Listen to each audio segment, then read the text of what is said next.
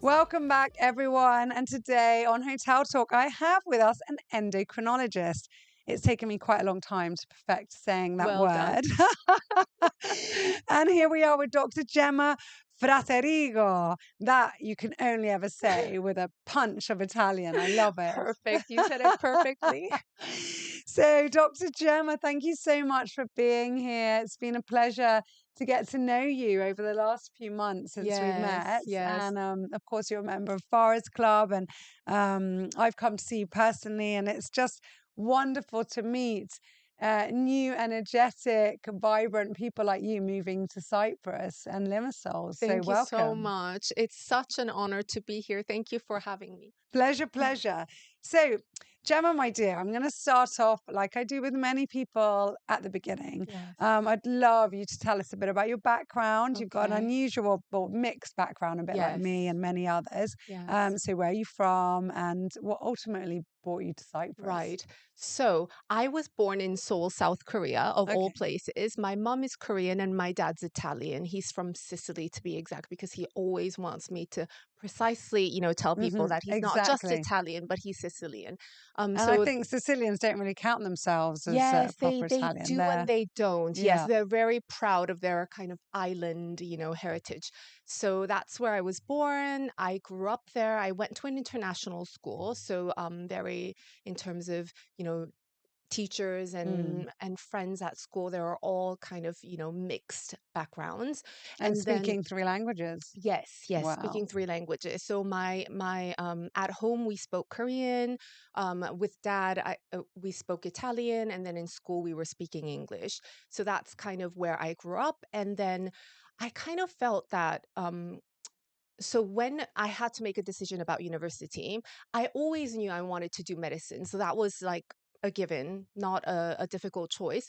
But I kind of felt that I had to live my Italian part. I kind of felt that I lived my Korean part Mm. of the heritage, but not the Italian half. Kind of So calling. yes, exactly. So I decided to go to university in Rome, Mm. in Italy. So that's where I did my medical training. So that's where I did my university And you did years. university completely in Italian then? Yeah, Yes, that was a amazing. challenge initially. Yes. I'm So I sure. did, because obviously I knew some Italian, but not like, you know, academically. So Yeah, I still needed to go through all the, the grammar and everything. So I definitely. I went and did like a 3 month intensive like Italian um course in Perugia in Umbria, in the center of Italy. And then I went and did medicine in Mm. Italian. And it was a challenge initially, but you Mm. pick things up quickly. And I think, I'm sure you know this, but when you kind of grow up knowing many different languages, I think your mind is a lot more flexible and plastic in that way. So I think I did okay. I mean, obviously, hopefully I did okay. Wow, Um, definitely. I mean, you're here as proof of Yes. that. And then I finished my university years and then I wanted to do research. So Mm. I enrolled in a PhD program, but I thought, listen, if I'm going to do research, I want to do it properly. So I chose to go to America. So I went to America to do my PhD. My research was on obesity, nutrition, metabolism, and it was also kind of the perfect place to be because, the obesity epidemic is worldwide, but especially in America. America, it's crazy. Yes. 70% of Americans are overweight or obese now. I Yes, can't believe it. yes, Yeah, such a yes. high. So the norm, which medically, the terminology that you guys would say for the correct way is no Yes. longer the norm. Yes, exactly, which is just shocking. Mm. And the thing that worries me a lot also is not just like the number of obesity. Like, I think they said that 1 billion people worldwide, 1 billion, are obese, and that's not considering overweight. And I think they say something like 180 million children are obese. Like, that's what really, is Mm. concerning just for, our future and our children. Mm. So that's where I went for my research. And also, like in America, we had a lot of funding to do Mm. research. So I got to do very, very fancy avant-garde kind of research Interesting. using, very expensive methods. Like we were doing functional MRIs for the brain, MRIs in the liver, like all sorts of fancy tests, which was obviously like a once in a Yeah. time, once in a lifetime experience. And then I went back to Italy to do my specialty training, so in endocrinology and diabetes. So I did that in Perugia and Siena, so Tuscany and Umbria, the center of Italy. That's where I did my specialty training. And then I moved to London, where I was working for about 10 years. And in London also, I kind of said, listen, I want to go to the best place for endocrinology. So I worked at St. Bartholomew's Hospital in London. It's right behind St. Paul's Cathedral. And it was kind of it is still, it's a European kind of referring hospital for endocrinology. So I got to see, even the rare diseases that some people only get to see like a couple of times in their profession, I got to see lots of them and follow them in time. So it was Yeah, very really, the wonderful. experience Yes, must have been exactly. amazing. And so, Exactly. what brought you to Cyprus? So life brought me to Cyprus, but no, and I know that we've talked about this before. I think London was amazing until we had kids, or let me speak for myself. Like I felt I felt London was amazing until I had kids, and then my priorities shifted enormously. So As they do. yes. And it was just a very hectic lifestyle, especially in the last few years with like COVID. And Mm. my husband's also a doctor. He's actually a surgeon. He likes to call himself a surgeon and not a doctor. It's interesting how doctors and Yeah, surgeons have this division. But, we were both working in the big hospital. We worked all throughout COVID. And, we're not from the UK originally. So we had two he's little also ones. Italian, isn't he, your Yes, husband? Yeah. yes. So we had two little ones, and life just seemed too chaotic. Like I felt like I was running in circles, but Mm. not really being able to like slow down and take a big Mm. breath and Mm. enjoy. So I needed a bit of a change, and then an opportunity came up to move here about 15 months ago. So I think I pushed our family's decision slightly to So, move here. good weather, international schools, by the sea. Yeah, let's try Yes, it. exactly, exactly. No. That's exactly, the reasoning Mm. that went on in my mind, and so we've been here for 15 That's months now. amazing. Yes, So I'd like to rewind a bit. When you said, I always knew that I was going to study medicine, yes. why? How? Are I your parents doctors? No, What was it then? no Was it doctors in the the, family, I don't know, what was literally that in game we had as generations. kids with the like body and it would make Oh, signs if you put yes, in the wrong. Was it a yes. game as a child? Was it some TV show? I mean, what was Not it that even. made you? I cannot pinpoint exactly what made me want to study medicine, because literally no one in our family, not even like a cousin, is a Mm, doctor. But I was always kind of attracted to it. Like I remember, biology class like in middle school or something like that, and we were, dissecting like frogs. I know we used to do, yeah, I don't I know if they know. still I do don't that, but know. like, We had to see the rats. Oh, yes. Or like yeah. we had like, I don't know, some sort of heart, some Mm, animal's heart, and I would love it. Like mm. I actually genuinely like Yeah, loved you were doing so those things. intrigued and So, anatomy, physiology, it just always very much fascinated me. mm, And I also knew that I always wanted to help people too. So it kind of, yeah, went hand in hand. satisfied, both of those aspects. So the science, the anatomy, the biology side of things, and also helping I people. find it so interesting, like, yeah, just what makes us who we are and from such a Yes. young age. And you said you've got a sister, you Yes. told me before, who lent more into your Korean heritage. And Yes. then you despite growing up and your mum, it's always the mother's tongue, the mother's culture, Yes. but you lent more into your Italian Yes. side. Are It's you the second child I or am the first. the first? First child. Yeah, Yes. which is also, that you went more to your dad's side, but Yes, yeah. it's interesting how, Mm, same upbringing, same family, same school, because it was both yeah. international school for both Mm-hmm. of us. But it's interesting how, you know, I always gravitated more towards, international friends. So I had, Mm, from all ethnic backgrounds, whereas my sister always had like Korean friends, yeah. Korean boyfriends. It's interesting how that happens.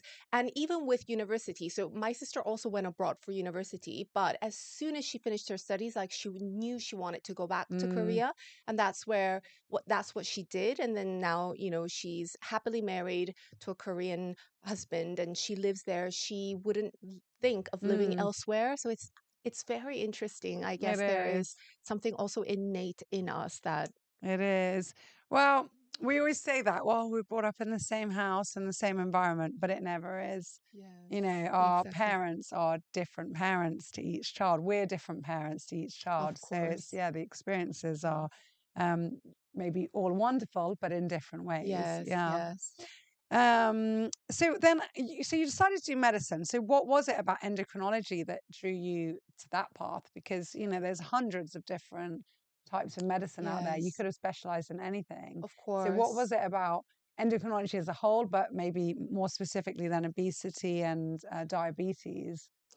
I just feel that endocrinology is very full circle, as in just, for people that might not know. So the endocrine system, basically what it Mm, is a hormone is released into your bloodstream, and then it travels to different parts of your body, and it has an effect mm, on many different areas of your mm. body, basically. So it's almost as if like a small molecule can kind of diffuse and have an effect your on your sleep, on your digestion, on your reproductive cycle, things like that.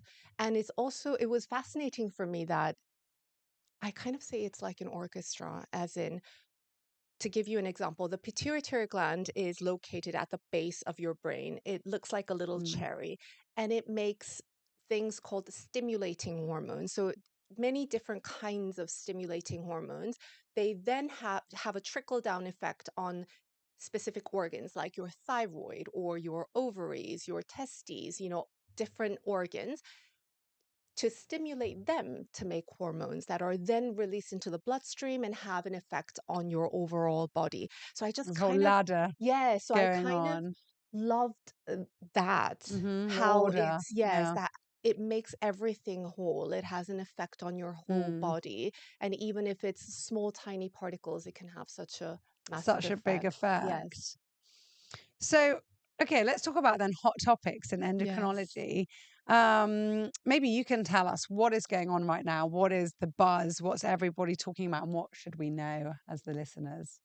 Um, So the obesity epidemic is definitely one. So we touched on that earlier. So it's massive. And okay, so I'm gonna touch on something maybe a bit Yes, controversial, but tell me. I read this just yesterday that it was only recently that the obesity was classified as a disease. And I think that there was a massive debate. I think it was the US that came out, even Mm. in the, I don't know what societies or the American Health Societies advising against it, not to call it a disease. So, what's your take on that as well? And then keep on telling us what the hot Yes, topics are. I definitely Mm. think that it is a disease. Hmm. So it depends on the definition of disease, I guess, but obesity is definitely a disease because it Attacks creates your a body. lot Yeah. of it creates a lot of changes in your bodies that lead to problems, Mm. right? So, just like you call pre-diabetes, and that is a diagnosis, obesity should also be called a disease because it is, there is a high percentage that's linked to what we call complications of obesity, like abnormal, Hmm. fat levels in your bloodstream, um, pre-diabetes or diabetes, inflammation in your body. Hmm. And yes, it's not it's not fundamental that you categorize it into disease or not disease, but I mean, it is a big problem Mm-hmm. worldwide, leading to so much chronic conditions. And, even the healthcare expenses all over the world are being, driven up enormously by, how much treating the complications of obesity costs Mm-hmm. the society. So, I mean, I would definitely call it a disease. So, what is the solution? I know it's gonna sound so ridiculous because the simplest is actually the solution. Like lifestyle modification is the first thing. Mm, Now, I know there's so much hype about Ozempic, Mounjaro, and all these, magical miracle injections, and I'm not against them at all, but it cannot just be that. It needs to be lifestyle modification. The whole world lives in a much more sedentary lifestyle mm, now compared to before. Our children are spending so much more time indoors or sitting down rather than running around or being physically active. And, the quality of the food that we're eating also has changed. Portions are not the right, mm-hmm. portions. So there's a lot of things that need to be tackled.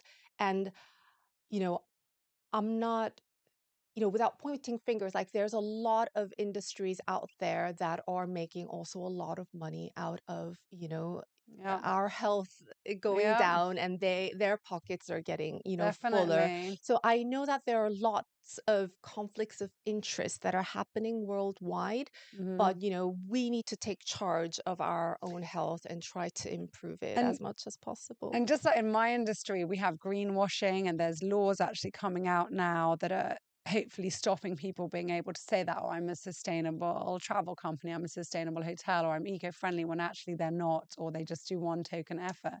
But Yes. from what I know, also in the food industry and in the medical profession, there's now lean washing. I don't know if you've heard of that No. Greenwash. terminology. So it's where normally multinationals will who are making billions and selling, whether it's sugary sodas or cereals or Yes.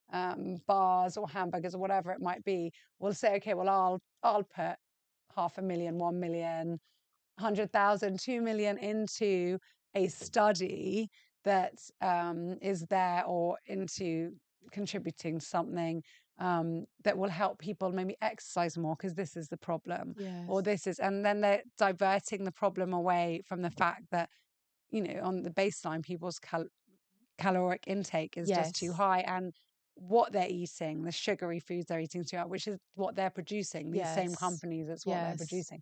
So they're Yes. like, it's not our cereal Yes. that's making you fat. It's Yes. just that you're not, or you've I got a know. gene that is, and apparently the gene that can, you'd know better than me, contribute slightly, is only a Yes. 1 in 1 million anyway, that someone has that gene. Yes. Yeah, Yes. you'd know. It's very rare. And Yeah. I know that they are doing lots of research on the small mutations that Mm. predispose us. So we had, interestingly enough, in America, we And there had are a different body types, just everyone exactly. to say that out now, and that's beautiful and that's amazing. Yes. Not everyone is supposed to be, a size 2 Yes. model, and not everyone would Absolutely. suit being size 12. Everyone, or 20, everyone is, as they should be. But Yes, yes, absolutely. yeah. But, health is something very important that we need to take Mm-hmm. care of. And when I was living in America, it was shocking how, like, we don't have this here in Europe, thankfully, but there's different regulations, obviously, and governing bodies. So high fructose corn syrup was everywhere, and it's because it's so cheap. It's the Mm. way to get things, have a sweet taste Mm-hmm. using small amounts, but it is absolutely horrific for your health. It, leads to obesity, it leads to diabetes, like so many negative things. But there's also the other thing that you need to consider is I noticed that basically in America, when I would go to the supermarkets, it is so much cheaper to buy um, unhealthy food, like Or here processed as well in Europe foods. also, Yes. So like, mac and cheese that comes in a box, or, things like the frozen pizzas, things like that would cost almost nothing, or, but they're subsidized. And this is the exactly, problem. Really, they should be subsidizing healthy fruits and vegetables produce. and, yeah, natural products, whole Exactly, foods. exactly. So, it's understandable that, Mm, families that maybe, are living on a tight budget with multiple kids, that's what they can afford. And then that kind of feeds mm, into the obesity yeah, epidemic. And yeah, definitely. Well, it's a big can of worms. So, yeah, yes, we don't have yes, 20 hours now to discuss this, and it still wouldn't be yes, enough. Um, so there's okay in modern lifestyles that we've just mentioned. There's obviously stress, diet, sleep patterns that can all impact hormonal health. yes. What are simple steps that listeners and everyday folk like myself can do to maintain a better balance? Hormonally, Yeah. yes. So getting enough sleep, that Hmm. is very important And what would you because recommend is the right amount of sleep? 8 hours a 8 hours. day, Yeah. yes, would be Yeah. That's what ideal. I always say as well. Yes. Yeah. Healthy diet, and healthy diet means balanced diet. So you need your proteins, you need your fat, healthy fat, possibly carbohydrates, definitely, because carbohydrates can also be good I know. carbohydrates. So And it's about carbs have the got like the worst reputation in the rep, last like 20 years. And it's ridiculous but because it's very carbs are fruit and veg, and that's what you need. And you need fiber. exactly, exactly. It's more about the balance of Mm, all the different nutrients, and to try to eliminate processed food as much mm, as possible, because things are modified, chemicals are added in, so really using the actual ingredients and produce to make the food that you're eating is preferable, obviously. Proteins are also very important in hormonal balance because they are mostly made out of peptides, which are the building blocks that protein is made out of, mm, basically. So it's very important. Regular exercise is also important. Mental health is also extremely important because sometimes we don't realize this, but just like we exercise our body so that our heart is strong, that our muscles are strong, like it's also mm, important to take care of our mental health, mm-hmm, and how that has a big connection with our body. It's all one, you mm. see. So it's very important to keep that in mind, that we're not just our body, we're also mind and heart. Mind. Yeah, Yes. absolutely. So, what are the most common conditions or Chronology. endocrine? Is that the right Yes, word? Yes, yes, say it. Disorders that you see in your practice. Like, what are things that people are mostly coming to you for, yes. and what are signs that we should all be looking out for that maybe, yeah, Sure. there's So an issue. thyroid is, my bread and butter, like Hmm. in my practice. So 1 out of 8 people have some sort of thyroid I thought it was problem. higher actually. Really? Is it maybe in women it's higher? That's Yes, in yeah. women it's higher. Yeah. Yes. So And why is that? there is no specific reason, Mm. unfortunately. They haven't pinpointed that out yet, despite all the studies that are being done. And my other question is, Mhm. are more people having thyroid issues in recent years than Yes, previously, and why is that as yes. well? There is a connection. Like, for example, when I say 1 out of 8 people have thyroid condition, it can mean anything, as in it can be lumps in your thyroid. That's Mhm. absolutely benign, but Mhm. little Yeah, little I have dots that. that, Mm. yes, you need to just monitor Yeah. throughout time. It can be an underactive thyroid, which means it works less Mhm. properly.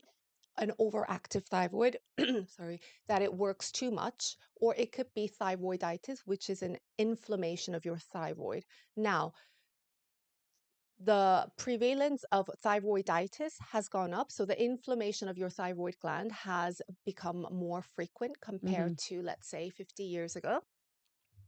And it might be because of viral infections. It can be because of, our environment and how that's changing, or our bodies, our immune systems being more prone to autoimmune conditions. Mm-hmm. Because an autoimmune condition is when, for some reason, your immune system doesn't recognize certain parts of your body as your own and starts Mm. attacking it when it shouldn't be. Mm.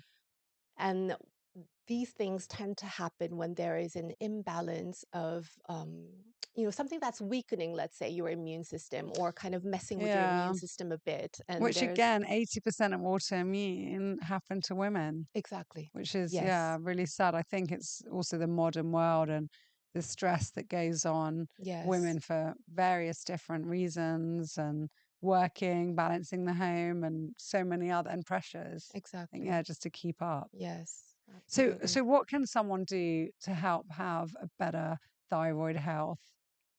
So better thyroid health, it's just the kind of the Mm. um same advice in Yeah. terms of healthy lifestyle, So sleep. looking Yeah. sleep, enough water, healthy, Food. diet, exercise, also looking after your mental health, Mm-hmm. because stress hormone cortisol has a big effect on everything, so Mm-hmm. it's very important. Also, selenium is very helpful. So I kind of Mm. tell everyone this, that if you Get your eat Brazil nuts. exactly, if you have four Brazilian nuts a day, that covers Is your that how much you selenium. recommend? Because Yes, it's actually one Brazil nut has your selenium recommendation for the yes, day, but you just to give recommend to some, have four, like to yes, have a boost. yes, Okay. yes, yes, Interesting. yes. All right. And seaweed, iodine. Yes, but I think the thing is now, a lot of the salt that we Mm. buy at the supermarket are iodized. Mm. So Not all though. In Cyprus, not yeah, all. You have to actually really, search out for it. Yeah. okay. And a lot of there's been so much in the recent time of the benefits of Himalayan or natural sea salts, and they're not iodized. Yes, that's true. That's Yeah. true. Yes. Mm. So, iodine deficiency has become very, very rare Mm. nowadays because of the government's trying to add Mm-hmm. iodine to the salt and things like that. Yeah. But there are Salt. Yeah. specific cases in which I And it's always added recommend. to dairy products as Yes, well. Yeah. exactly. So usually I don't, recommend, you know, um, taking a separate supplement Mm. unless obviously you're pregnant, or Mm-hmm. if you have a diagnosed, iodine Mm-hmm. deficiency, for example. Mm-hmm. Yes, Yeah. but yes, seaweed Interesting. and kelp and all of Yeah. these things are very rich in iodine. So let's talk about diabetes then. What are the latest developments when it comes to both prevention, obviously, of diabetes type 2, treatment and management Right. for Let any me listeners that, take yeah. you back a second, because you Mm-hmm. said, like, what are the symptoms that people should be Mm-hmm. looking out for? So, in terms of thyroid, if you notice a change in your energy levels, in your sleep, so you're feeling sleepy all the time, tired all the time, or if you feel like your bowel movements have changed, either diarrhea or constipation, or your menstrual cycles are a good kind of warning Mm-hmm. alarm for women. So these are kind of the symptoms, or like hair, dry, dry hair, hair loss, dry nails, things like that are kind of the symptoms that you should look out for in terms of thyroid disorders. And the other thing that is very common that I deal with a lot is diabetes, prediabetes, and insulin resistance. So they kind of are a spectrum. They kind of are all linked together. Um, so when we say insulin resistance, it means that your body doesn't use sugar in an effective manner. So, in order to keep your sugar levels at the normal level, your pancreas, which makes and releases insulin, is working double time. So, like, for that sugar level, your insulin levels are high. And Mm. that's because your body is not very effective. So, it's your body kind of shouting, look, you have to use this sugar properly. Why aren't you, taking it up to the cells? So, that's kind of insulin resistance. And that leads to increased weight. And then that progresses and becomes prediabetes, where actually your sugar levels start going up. So they're no longer in the normal range. but they're still not in the diabetes range. So it's in the middle, in the gray area. And then obviously you have full-blown diabetes. And symptoms of diabetes can be things like feeling thirsty all the time, needing to use the loo multiple times a day and during the night, feeling more tired than usual, things like that. So I these think are some, lips as well, don't yes, they? Like dry these dry lips. lips, or they go a Yes, bit bluey, I've seen. And yes. yeah. And it can also be things like, low mood, um, feeling, yes, very fatigued all the time. So it can be very asymptomatic, for Hmm. example. So because it's, this is, massive thing, diabetes type 2 now, and it is Yes, reversible. So what can people do to make sure they don't become insulin resistant, pre-diabetic, diabetic? yes. So We go back to the same a lot, I know, I'm but yeah, sorry. But it's yeah, important to keep, your body weight at the mm, level where it should be. That yeah, helps a lot, a lot. It's very important. Yes, it's not only about the body weight, it's also about the body composition, mm, but on an epidemic level, like when we're talking about, the big numbers, what's the thing that you can mm, do is keep your weight at a healthy level. So mm, we're talking about BMI. BMI is um uh, a formula. Basically, it's your weight divided by your height, basically, and that gives you your BMI. That needs to be in the healthy range. And once again, how do we do that? Lifestyle, healthy eating habits, exercising. And exercising, although we just kind of say, yes, of course, exercise is good for you, but actually, it really is for two reasons. No, two reasons, three reasons. So, first of all, it protects our bones. It protects our bones. It keeps us strong and healthy from a skeletal point of view. Secondly, it increases your insulin sensitivity. So, the muscle, our body is made up of many things, but muscle is the most insulin sensitive kind of thing that we have. mm, Okay. What does that mean? It means that muscle is what uses sugar most effectively. So the more muscle you have, your insulin sensitivity will increase. So that fights, that balances out the insulin resistance that you might have because you have, those extra kilos of fat or whatnot. mm, So it basically helps big time in terms of improving your insulin resistance. mm, Hence why it is reversible. As in, maybe you're pre-diabetes, you exercise, you eat better, you increase muscle mass, and you can take that pre-diabetes completely back to normal, or at least back to just slight insulin resistance, but not to the extent that you mm, have pre-diabetes. So was that two? Yes, two. And then the third reason is because it's what drives your metabolism. So when we talk about metabolism, each body burns a certain number of calories when it's at a resting state because obviously, the body needs calories to function properly because, although we might not see any movement, there are things that are happening inside our body. Our cells are doing their jobs, our internal organs are doing their jobs. So each body has a metabolism. And that metabolism is going to be faster and slower depending on the muscle mass that you mm, have. So it's absolutely important to also, emphasize this. mm. Amazing. Wow, so much information to unpack here. Hormones and aging. Let's just talk about that. I mean, we can go on about so many different subjects in your field, but our hormones change as we get older, Yes, for men and women, but I think especially for women. especially for women, yes. So how can people navigate that gracefully, to enjoy all the stages of life? I know that Right. in Japan they don't even have a word for menopause. They call it the second spring, don't they? Yes, yes. So yeah, how can people go through their 40s and 50s and beyond, and enjoy those changes as opposed to dreading them and Yes. having huge shifts in their body? So, first of all, I think awareness and knowledge about, hormonal changes, hormones in general, but Mm, hormonal changes throughout, the years is very important. As you said, and I was so surprised to meet so many women that don't know much about menopause or perimenopause. What's a normal age in which, it should Mm. be happening and when it's not, and what are the kind of options available?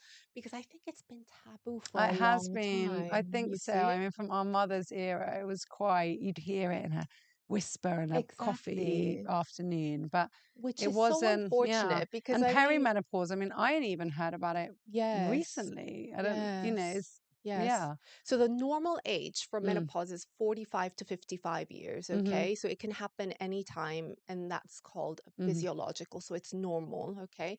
But perimenopause, which is the lead up to menopause, can actually start even like 5 years before the actual menopause happens, Mm. which means that, it can be early 40s, for example, and it's still, and it can be very, very confusing because it might be as subtle just as having, low mood Mm-hmm. or anxiety or mood swings that you've never had without any particular reason. And that is the effect of your hormones shifting up and down, Mm.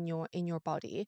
And obviously that's very, it can be trying for somebody, you know, navigating, life and family and work Yeah, and I know friends everything. who've had huge difficulties in their marriages. It's been because they've just felt so emotional or moody, Exactly. and they haven't understood what's going on, and their husbands have been confused. Yes, And of course.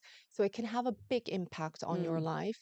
And also, that another thing that I hope everyone knows is how important um, estrogens are for your bone. So if you have, early menopause, you should be treated with, hormone replacement therapy. We literally call it HRT, hormone replacement therapy, because it is giving your body what it should have in that period in time because you don't have enough of it. so, and that's been, I mean, very controversial as well. Some people are Yes. like, no, we don't need it, or this isn't natural, and other people swear by it. So tell us Yes. more about Yes. HRT. So HRT is, as I said, Mm, hormone replacement therapy. And there are lots of different types, okay? Usually it's a combination of estrogen and progesterone, mm-hmm. okay? Unless you don't have a uterus anymore because for Yeah, some I've had a reason you've hysterectomy. had a hysterectomy. In that case, you're okay with just the estrogen.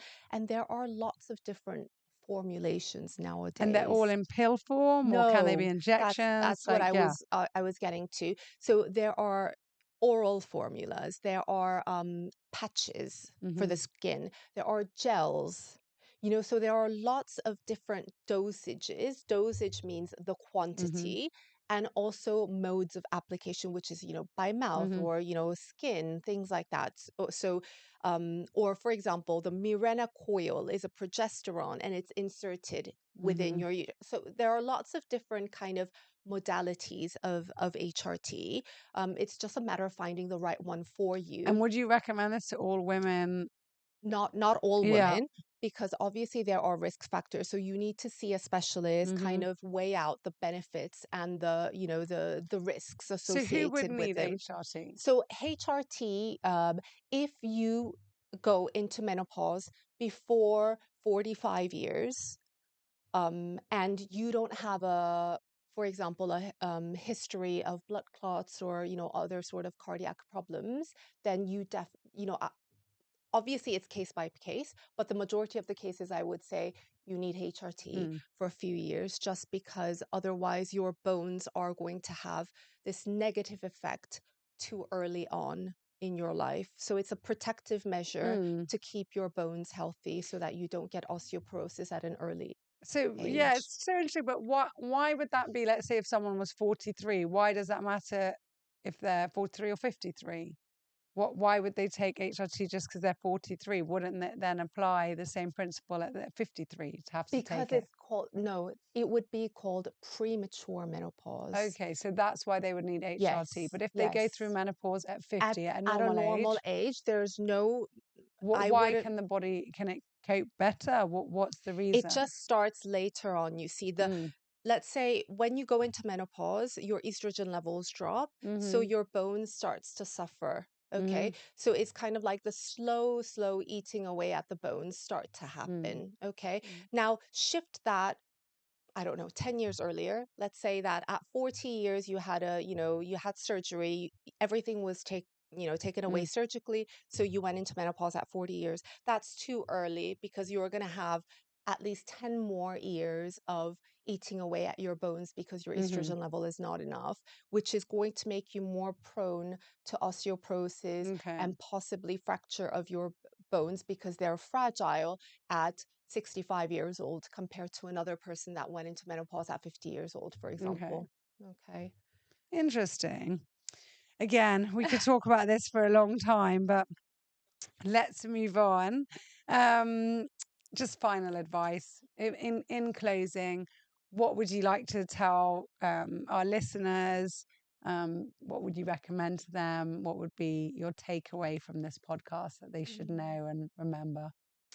I would say, let's, I hope that everyone would be a bit more aware of their health and their hormones and actually like sit and think about it for a moment, because I think like it's something that we don't give much attention to at times, but actually it's very important because we say, oh, I'm hormonal or whatever, but Yeah, like, yeah. things like that. But so we use it in that context, but we don't actually like stop and think, okay, so hormone can be female hormones, male hormones, it can be insulin, it Mm, can be thyroid, it can be stress hormone, which, obviously has a big effect on your body too. So, like, kind of, stop for a moment and think about, how do I think I am hormonally, like in terms of my mm, hormone balance?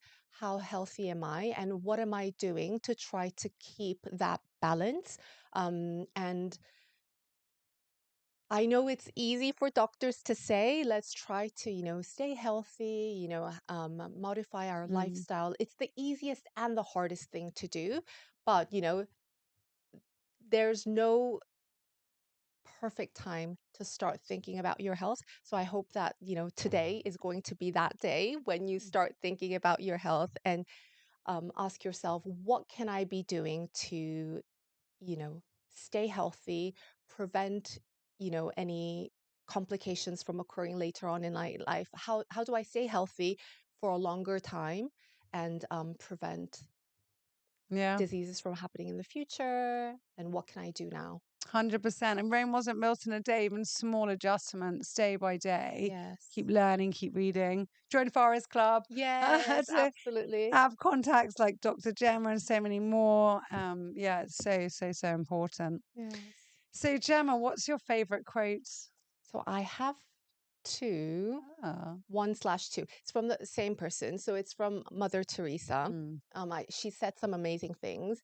And one is, not all of us can do great things, but we can do small things with great love. mm, And the other one is, I prefer you make mistakes in kindness rather than build miracles in unkindness. And it's something that I kind of lived by, I think, from a young age, both in my personal and my professional life.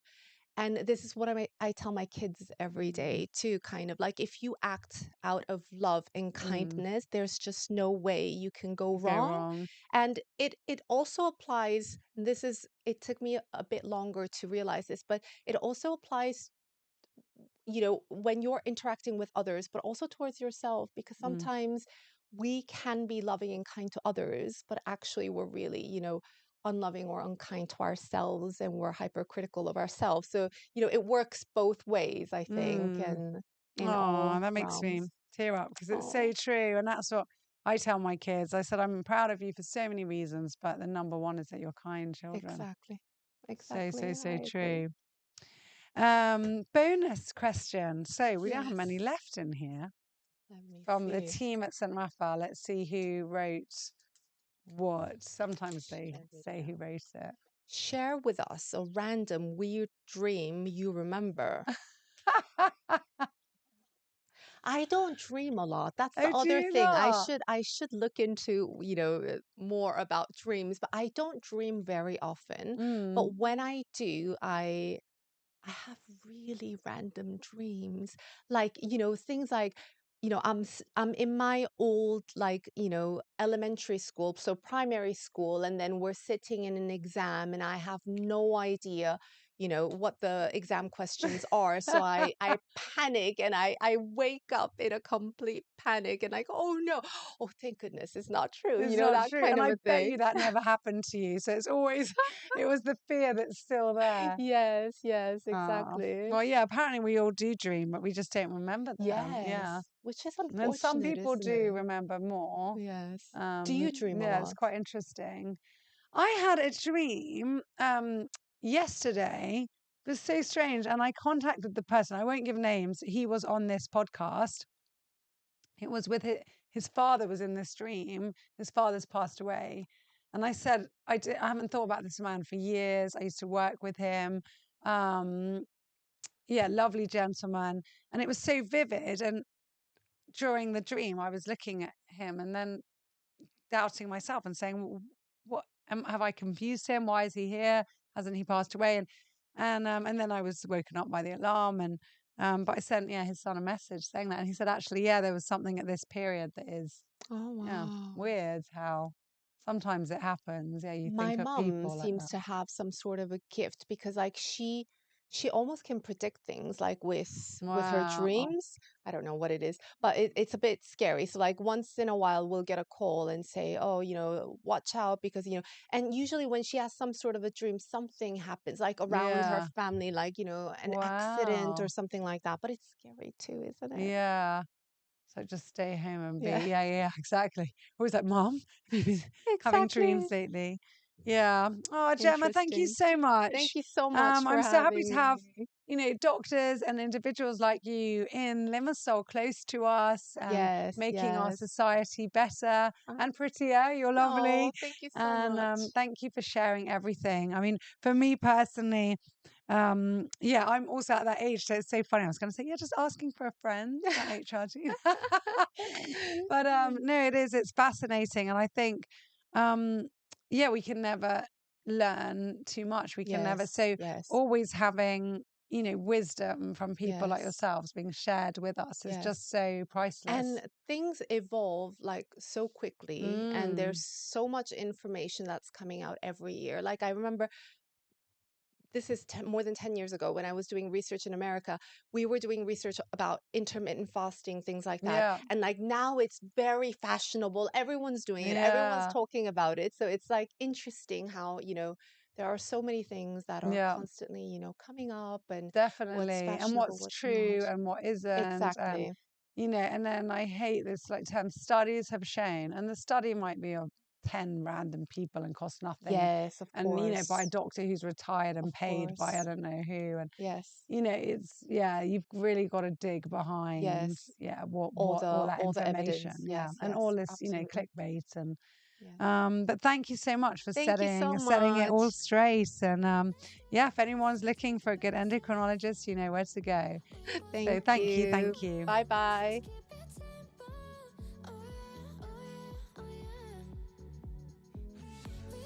Thank you for listening, and don't forget to hit that subscribe button because it helps us more than you may realize.